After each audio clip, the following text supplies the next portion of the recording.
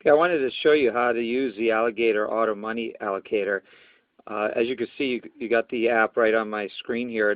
I'm doing this on a Droid X. I have it loaded on a Droid Bionic, so it works very well on any Droid, and it's really quick. So you just click on the app. There's a screen, and you see the front screen here. And basically, one of the first things you want to do is you want to set it up.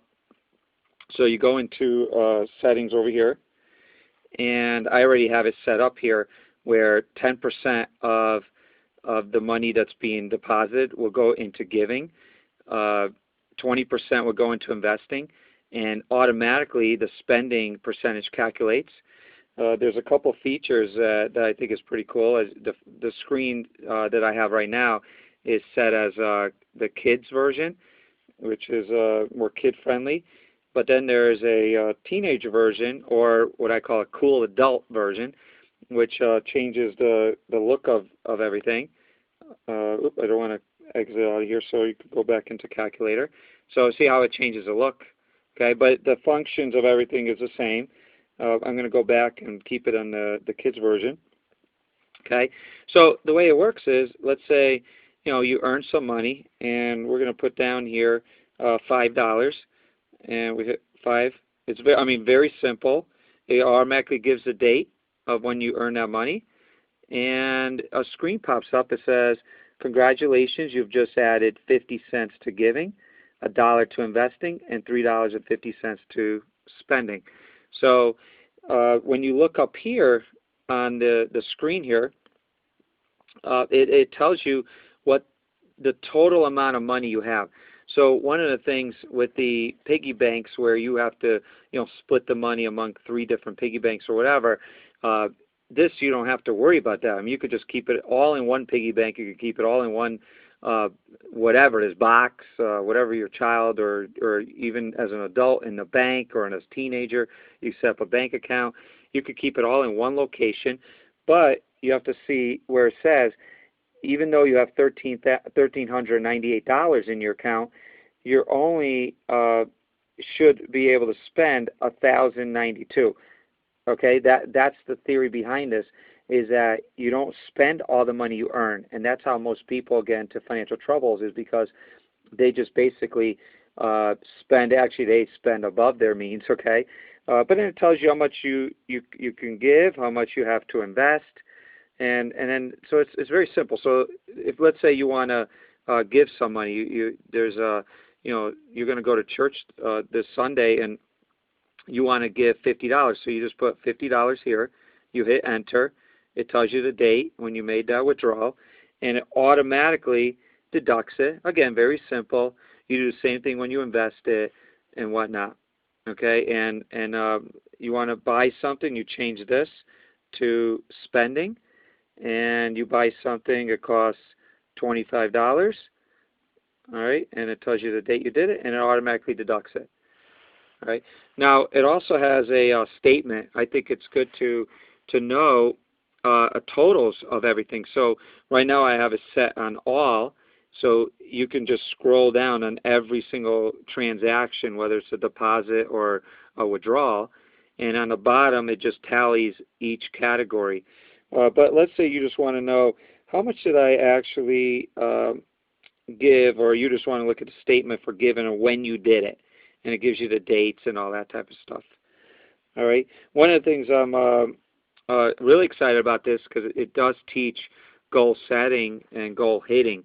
It's this thing called a want calculator, and I came up with the word want calculator because I asked my kids. They always go, "I want this, I want that, I want this," So I have here, I just typed in, let's say you want a TV, okay, big screen TV.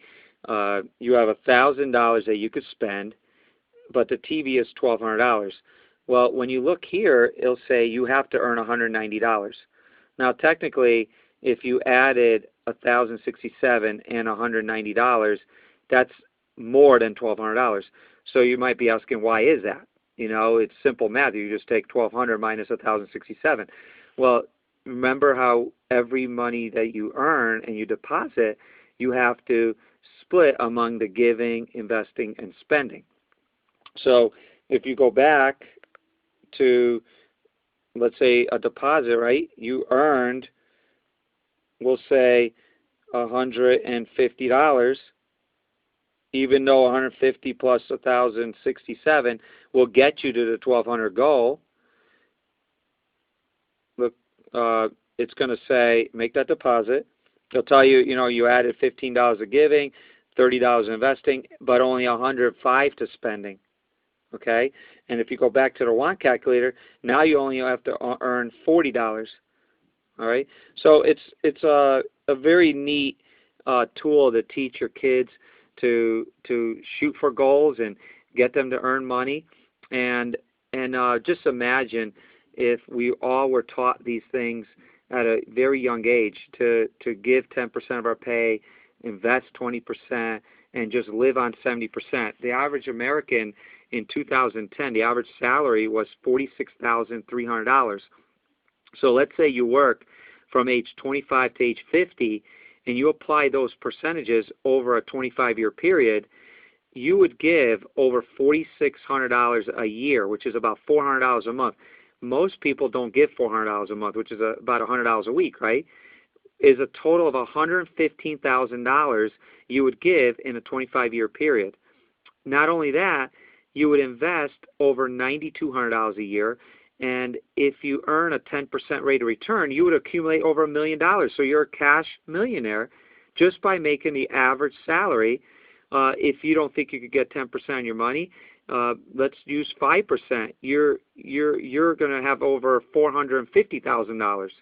So I mean, think about how staggering those numbers are.